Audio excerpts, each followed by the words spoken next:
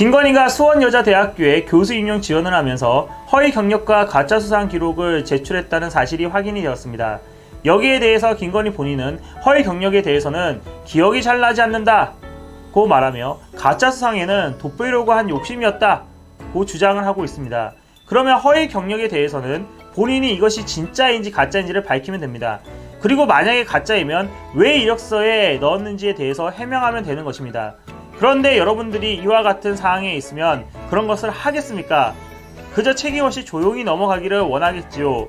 그래서 문재인의 언론들이 집요하게 김건희에 대해서 집중적으로 공격을 하고 있는 것입니다. 홍준표는 이미 지난 대선 과정에서 검증을 받은 인물이기 때문에 이와 같은 인물 중심의 검증 논란이 없다는 것입니다. 그래서 홍준표가 이번 대선에서 국민의힘 대권 후보가 되었으면 그나마 무난하게 정권 교체를 이룩할 가능성이라도 있었지만 윤석열이 되면 결국에는 보수 우파가 대선이라는 도박을 하고 있는 것과 같게 되었습니다. 복권에 당첨이라도 되면 해피엔딩이지만 꽝이면 돈만 날리면 끝입니다.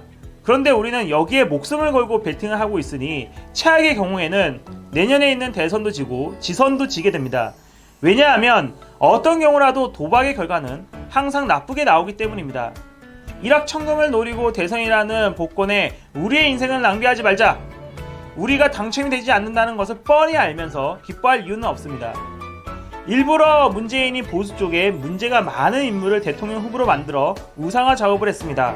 그리고 양팔을 까듯이 하나씩 벗겨가면서 보수를 점점 타락을 빠져들게 합니다. 지금 이와 같은 난국에서 우리는 눈앞의 이익을 위해서 윤석열 만세를 해야 하는지 아니면 윤석열을 버리고 자존심이라도 지켜야 하는지에 대한 강요를 받는 선택만 있게 되었습니다. 결국 이것도 문재인이 보수에게 영혼이 없는 일방적인 자유의지만을 주게 된 것입니다. 대다수의 개돼지들은 정권교체라는 환상의 윤석열을 지지하겠지만 결국 이는 문재인이 원하는 바입니다. 윤석열 하나 무너지면 보수 정체가 일반 국민들에게 얼굴도 들지 못하는 상태가 됩니다. 대선 이후의 보수의 모습은 형체를 알아볼 수 없는 망신차이가 되어 있을 것입니다. 보수 앵벌이 유튜브들은 본인에게는 책임이 없다고 하면서 윤석열이 무능하다고 비난만 하고 있는 모습이 이미 눈에 보입니다. 그러면서 이준석을 등장을 시켜서 또 이렇게 되었다고 전형적인 남탓을 할 것이라고 예상을 봅니다. 문제는 문재인이 대선이 끝난 이후에 윤석열을 살릴 수 있을지 의문인데 만약에 윤석열이 감옥에 가지 않더라도 대선 패배 이후에는 무엇을 하고 있을지에 대한 생각이 듭니다. 우리의 가장 큰 착각은 문재인을 너무 만만하게 보고 있다는 것에서 시작을 합니다. 이것이 바로 보수의 젊은 사람들이 없는 이유입니다. 언제부터 변명과 기억상실이 보수의 이념이 되었고 김건희의 허위 경력과 가짜 수상 기록이 우리의 공정과 상식이 되었습니까? 조민 표창장 사태에 대해서 분노했던 우리들의 모습은 어디에 있습니까? 오늘은 여기까지 하겠습니다. 감사합니다.